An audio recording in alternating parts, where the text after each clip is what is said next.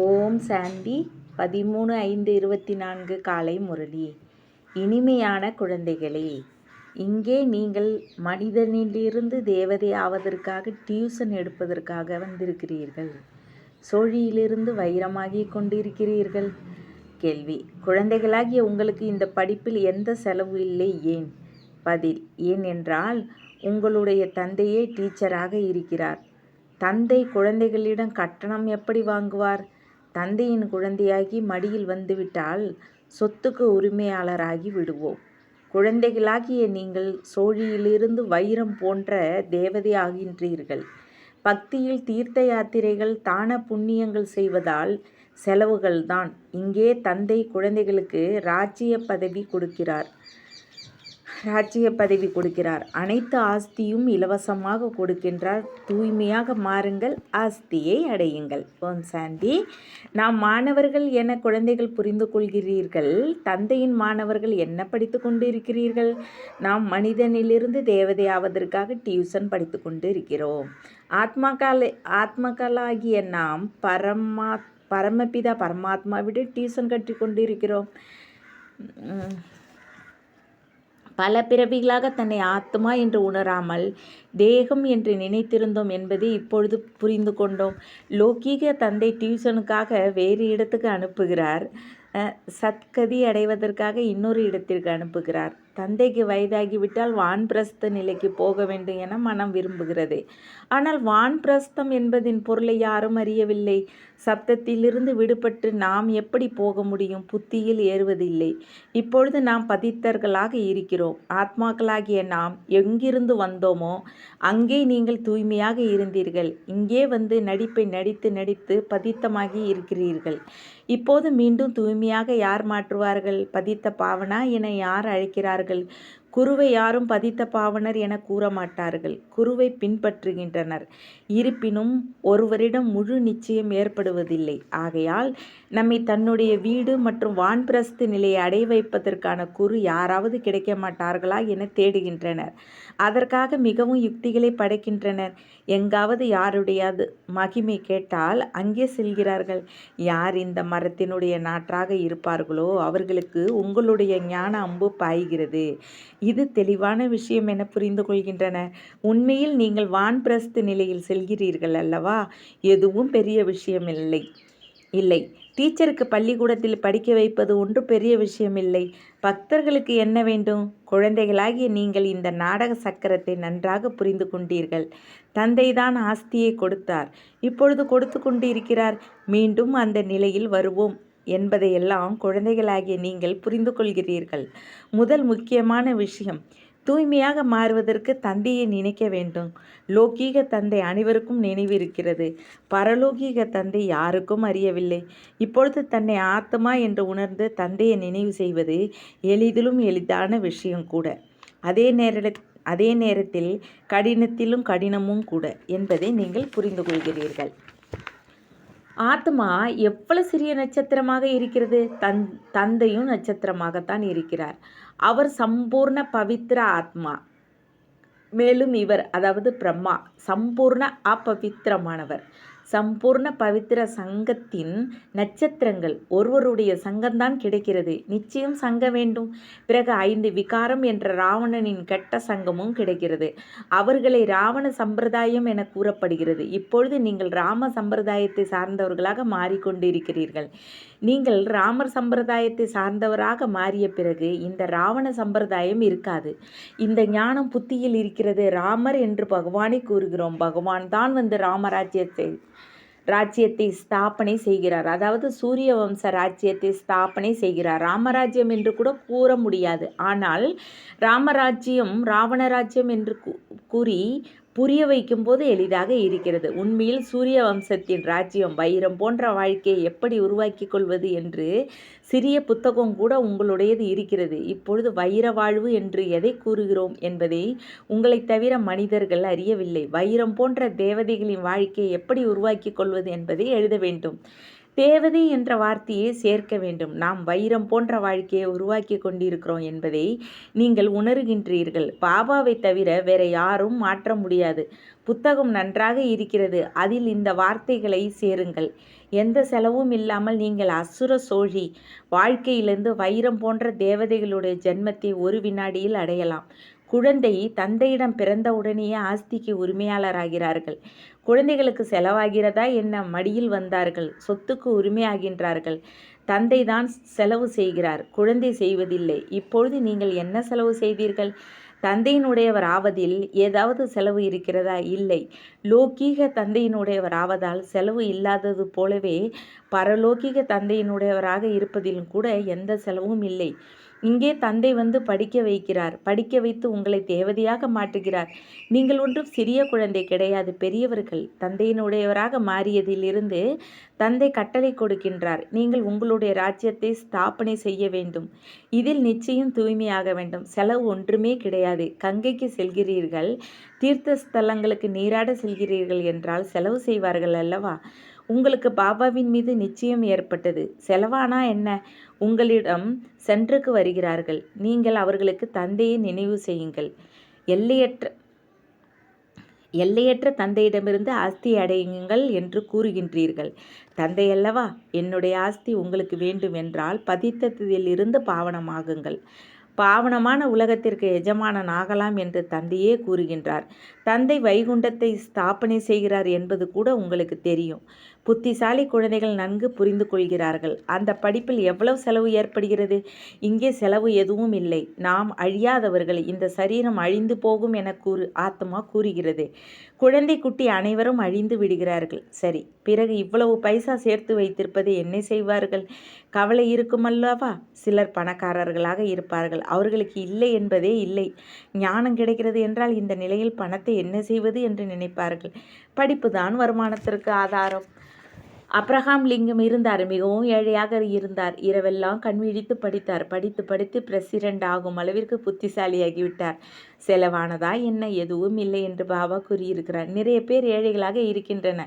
அவர்களிடம் அரசாங்கம் படிப்பதற்காக பணம் வாங்குவதில்லை. இது போன்ற நிறைய பேர் படிக்கின்றார்கள். கட்டணம் எதுவும் இல்லாமல் பிரசிடென்ட் ஆகி விடுகிறார்கள். எவ்வளவு பெரிய பதவி அடைந்து விட்டனர். இந்த அரசாங்கம் கூட எந்த கட்டணம் வாங்குவது இல்லை. உலகத்தில் அனைவரும் ஏழைகளாக இருக்கின்றனர் என புரிந்திருக்கிறது. எவ்வளவுதான் பெரிய பணக்காரர்களாகவோ லட்சாதிபதியாகவோ கோடீஸ்வரராகவோ இருக்கிறார்கள், அவர்களும் ஏழைகள் என்று கூறுகிறார்கள். நாம் அவர்களை பணக்காரர்களாக மாற்றுகின்றோம். எவ்வளவுதான் செல்வம் இருந்தாலும் இன்னும் சில நாட்களுக்கு தான் என்பது உங்களுக்கு தெரியும். இவை அனைத்தும் மண்ணோடு மண்ணா கலந்துவிடும். ஏழைகள் தானே. அனைத்து பதவியும் படிப்பும் அடிப்படையில் தான். தந்தை குழந்தைகளிடம் படிப்பதற்காக என்ன வாங்குவார்? தந்தை உலகத்திற்கே எஜமானராக இருக்கிறார். நாம் எதிர்காலத்தில் இவ்வாறாக மாறுவோம் என குழந்தைகளுக்கு தெரியும். நான் இதை ஸ்தாபனை செய்வதற்காகத்தான் வந்திருக்கிறேன். பேச்சில் இந்த விளக்கம் இருக்கிறது. புதிதாக கண்டுபிடித்து கொண்டிருக்கின்றன. நம்முடைய ஆத்மாவில் அனைத்தும் நடிப்பும் நிச்சயப்பட்டு இருக்கிறது என சிவபாபா கூறுகிறார். யார் விகாரி பதித்தமாக இருக்கிறார்களோ அவர்களை தந்தை பாவனமாக்குகிறார். 5000 ஆண்டுகளுக்கு முன்பு தந்தையிடம் விஸ்வ ராஜ்ய பதவி அடைந்தீர்கள் என நீங்கள் அறிந்துள்ளீர்கள். முக்கியமான விஷயம், என்னை நினையுங்கள் என்று பாபா கூறுகின்றார். எதிரில் கூறுகின்றார், ரதம் கிடைத்து விட்டதால் தந்தையும் வந்துவிட்டார். ரதம் என்று ஒன்று நிச்சயப்பட்டு இருக்கும் அல்லவா? இது ஏற்கனவே நிச்சயிக்கப்பட்ட நாடகம். எதுவும் மாறாது. இந்த வியாபாரி எவ்வளவு பிரஜாபிதா பிரம்மா ஆனார் என கூறுவார்கள். இவர் வியாபாரிக்காக இருந்தார் என நினைக்கின்றன. வைரத்தில் ஒன்று போலியானது, மற்றொன்று உண்மை. இதில் உண்மையான வைரத்தை பாபா கொடுக்கின்றார். பிறகு அது எதற்கு பயன்படும்? இது ஞான ரத்தினம். இதற்கு முன்பு அந்த வைரங்களுக்கு எந்த விலையும் இல்லை. இந்த ரத்தினம் கிடைத்ததும் அந்த வைரத்தின் தொழில் எதற்கும் பயனில்லை என புரிந்து கொண்டார். இந்த அழியாத ஞான ரத்தினங்கள் ஒவ்வொன்றும் இந்த ரத்தினங்கள் தான் உண்மை ஆகிறது. பாபா பையை நிரப்பிக் கொள்வதற்காக இந்த ரத்தினங்களை கொடுக்கின்றார் என்று அறிகின்றீர்கள். இது இலவசமாகவே கிடைக்கின்றது. செலவு எதுவும் இல்லை. அங்கேயோ சுவர்கள் கூரைகளில் கூட வைர வைடூரியங்கள் பதிக்கப்படுகிறது. அதற்கு என்ன மதிப்பு இருக்கும்? பிற்காலத்தில் தான் மதிப்பு ஏற்படுகிறது. அங்கே வைர வைடூரியங்கள் கூட உங்களை பொறுத்தவரை பெரியதொன்றும் இல்லை. குழந்தைகளுக்கு நிச்சயம் வேண்டும். இந்த ரூபமாகவும் ஞானம் இருக்கின்றார். பசந்து நடைமுறை தாரணியின் வெளிப்பாடு ஆகவும் இருக்கின்றார். இவர் ரூபமாகவும் இருக்கிறார், பசந்தாகவும் இருக்கின்றார். தந்தையினுடையது சிறிய ரூபம். அவரை ஞான கடல் என்கிறார்கள். அவரிடமிருந்து ஞான ரத்தினங்களால் நீங்கள் மிகவும் செல்வந்தர்களாக ஆவீர்கள். மற்றபடி எந்த ஒரு அமிர்தம் அல்லது தண்ணீருடைய மழை பொழிவது இல்லை. படிப்பில் தண்ணீரனுடைய விஷயம் இல்லை. தூய்மையாவதில் செலவு எதுவும் கிடையாது. இப்பொழுது உங்களுக்கு விவேகம் கிடைத்திருக்கிறது. பதித்த பாவனர் ஒருவர்தான் என புரிந்து கொள்கிறீர்கள். இப்பொழுது உங்களுடைய யோக பலத்தால் தூய்மையாகி கொண்டு இருக்கிறீர்கள். தூய்மையாகி தூய்மையான உலகத்திற்கு செல்லலாம் என அறிந்திருக்கிறீர்கள். இப்பொழுது இது சரியா அல்லது அதுவா? இந்த அனைத்து விஷயங்களும் புத்தியில் இருக்க வேண்டும். நாடகத்தில் இந்த பக்தியினுடைய பார்ட்டு கூட நடக்க வேண்டும். இப்பொழுது நீங்கள் தூய்மையாகி தூய்மையான உலகத்திற்கு செல்ல வேண்டும் என பாபா கூறுகின்றார். யார் தூய்மையாகின்றார்களோ அவர்களே செல்வார்கள். யார் இந்த இடத்தின் நாற்றாக இருப்பார்களோ அவர்கள் வருவார்கள். மற்றவர்கள் புரிந்து கொள்ள மாட்டார்கள். அவர்கள் புதைக்குழியில் மாட்டிக்கொண்டே இருப்பார்கள். பிறகு கடைசியில் கேட்கும் பொழுது, ஓ பிரபு, உன்னுடைய லீலையே தங்கள் பழைய உலகத்தை எப்படி புதியதாக மாற்றுகின்றீர்கள் என்று கூறுவார்கள். உங்களுடைய இந்த ஞானம் செய்தித்தாள்களில் மிக அதிகமாக வெளிவரும். முக்கியமாக பிரஜா பிதா பிரம்ம மூலமாக படிக்க வைத்து சொர்க்கத்திற்கு எஜமானன். முக்கியமாக இந்த படத்தை செய்தித்தாளில் வண்ணப்படங்களாக போடுங்கள். மேலும் சிவு பாபா பிரஜா பிதா பிரம்மா மூலமாக படிக்க வைத்து சொர்க்கத்திற்கு எஜமானன், அதாவது லட்சுமி நாராயணன் ஆக்குகிறார் என எழுதுங்கள். எப்படி? நினைவு யாத்திரையினால். நினைவு அனைவருக்கும் சொல்லலாம். நினைவு செய்ய செய்ய உங்களுடைய துரு நீங்கிவிடும். அதாவது என்னை மட்டும் தன்னை ஆத்மா என உணருங்கள் என பாபா கூறுகின்றார். அடிக்கடி இந்த நினைவை ஏற்படுத்தி அவர்களுடைய முகம் ஏதாவது மாறுகிறதா என பாருங்கள். கண்களில் நீர் வருகின்றதா? அப்பொழுதுதான் ஏதாவது புத்தியில் பதிந்திருக்கிறது என புரிந்து கொள்ளுங்கள். முதலில் இந்த ஒரு விஷயத்தை மட்டும்தான் புரிய வைக்க வேண்டும். 5000 வருடத்திற்கு முன்பு கூட என்னை மட்டும் நினையுங்கள் என்று பாபா கூறினார். சிவதந்தை வந்ததால் தான் சிவ ஜெயந்தி கொண்டாடுகிறோம் அல்லவா? பாரதத்தை சொர்க்கமாக்க வேண்டுமென்றால் என்னை மட்டுமே நினையுங்கள், நீங்கள் பாவனமாகி விடுவீர்கள் என்பதையே புரிய வைத்தார். சிறிய சிறிய குழந்தைகள் கூட இவ்வாறு புரிய வைக்கலாம். எல்லையற்ற தந்தை சிவபாபா அப்பா மற்றும் ஆஸ்தி, இவ்வளவு நிச்சயத்தோடு குழந்தைகள் இருக்க வேண்டும். இதுவே மனிதனிலிருந்து தேவதையாவதற்கான வித்தியாலயம். தேவதைகள் புனிதமானவர்களாக இருக்கிறார்கள். இப்பொழுது தன்னை ஆத்மா என்று உணர்ந்து என்னை நினையுங்கள். மன்மனா பவா என்று பாபா கூறுகின்றார். இந்த வார்த்தையை கேட்டிருப்பீர்கள். கேட்கவில்லை என்றாலும் பாபா சொல்கிறார், நான் தான் பதித்த பாவனன். என்னை நினைவு செய்தால் உங்களுடைய துரு நீங்கிவிடும், சதோ பிரதானமாகி விடுவார்கள் என பாபா கூறுகிறார். இதில்தான் உழைப்பு இருக்கிறது. ஞானத்தை பொறுத்தவரை அனைவருக்கும் மிக நன்றாக இருக்கிறது. முதல் தரமான ஞானம் என்று கூறுகின்றனர். ஆனால் பழமையான யோக விஷயத்தை பற்றி யாரும் அறிவதில்லை. தூய்மையாகும் விஷயத்தை நீங்கள் சொன்னாலும் புரிந்து கொள்வதில்லை. நீங்கள் அனைவரும் பதித்தமாக தமோ பிரதானமாகி விட்டீர்கள் என்று பாபா கூறுகிறார். இப்போது தன்னை ஆத்மா என உணர்ந்து என்னை நினையுங்கள். உண்மையில் ஆத்மாக்களாகிய நீங்கள் என்னுடன் இருந்தீர்கள் அல்லவா? ஓ இறை தந்தையே, வாருங்கள் என என்னை அழைக்கிறீர்கள். இப்பொழுது நான் வந்திருக்கின்றேன். என்னுடைய வழிப்படி செல்லுங்கள். இதுதான் பதித்ததிலிருந்து பாவனமாவதற்கான வழி. நான் தான் சர்வ சக்திவான், சதா தூய்மையானவர். இப்பொழுது நீங்கள் என்னை நினையுங்கள். இதற்குத்தான் பழமையான ராஜயோகம் என்று பெயர். நீங்கள் தொழில், வேலை போன்றவைகளில் கூட ஈடுபடுங்கள். குழந்தைகளை கூட பார்த்து கொள்ளுங்கள். ஆனால் புத்தி யோகத்தை மட்டும் அனைத்திலிருந்து விலகி என்னுடன் இணையுங்கள். இதுதான் அனைத்தையும் விட முக்கியமான விஷயம். இதை புரிந்து கொள்ளவில்லை என்றால் எதையும் புரிந்து கொள்ளவில்லை. ஞானத்தை பொறுத்தவரை மிக நன்றாக ஞானம் கொடுக்கிறீர்கள். தூய்மையும் நன்றாக இருக்கிறது. ஆனால் நாம் எவ்வாறு தூய்மை ஆவது என கூறுகின்றனர். எப்பொழுதுமே இந்த விஷயத்தை புரிந்து கொள்வதில்லை. தேவதைகள் எப்பொழுதும் தூய்மையாக இருந்தார்கள் அல்லவா? அவர்கள் எப்படி மாறினார்கள்? இந்த விஷயத்தை முதலில் புரிய வைக்க வேண்டும். என்னை நினையுங்கள் என பாபா கூறுகின்றார். நினைவினால்தான் பாவங்கள் அழியும். நீங்கள் தேவதையாக மாறலாம். நல்லது. இனிமையிலும் இனிமையான காணாமல் போய் கண்டெடுக்கப்பட்ட செல்ல குழந்தைகளுக்கு தாயும் தந்தையும் ஆகிய பாப் தாதாவின் அன்பு நினைவுகள் மற்றும் காலை வணக்கம். ஆன்மீக குழந்தைகளுக்கு ஆன்மீக தந்தையின் நமஸ்தே.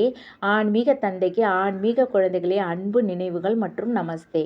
தாரணைக்கான முக்கிய சாரம் 1. தன்னை ஏழையிலிருந்து செல்வந்தராக மாற்றிக்கொள்வதற்காக தந்தையிடமிருந்து அழியாத ஞான ரத்தினங்களை எடுத்துக்கொள்ள வேண்டும். இந்த ஒவ்வொரு ரத்தினமும் லட்சக்கணக்கான ரூபாய். இதனுடைய மதிப்பை புரிந்து கொண்டு படிப்பை படிக்க வைக்க வேண்டும். இந்த படிப்பு தான் வருமானத்திற்கான ஆதாரம்.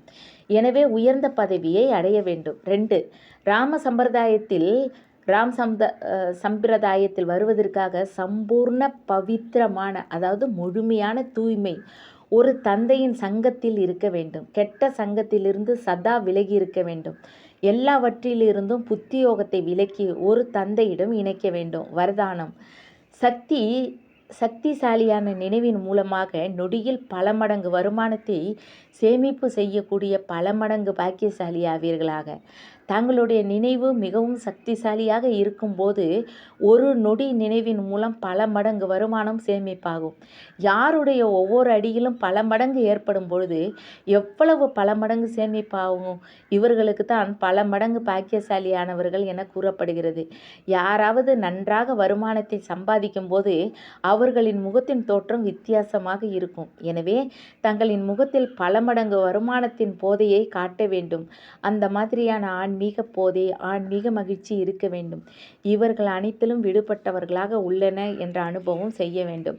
ஸ்லோகன். நாடகத்தில் அனைத்தும் நன்மைக்காகவே உள்ளது. இந்த நினைவின் மூலம் கவலையற்ற ராஜாவாக ஆகுங்கள். ஓம் சாந்தி. தேங்க்ஸ் பாபா.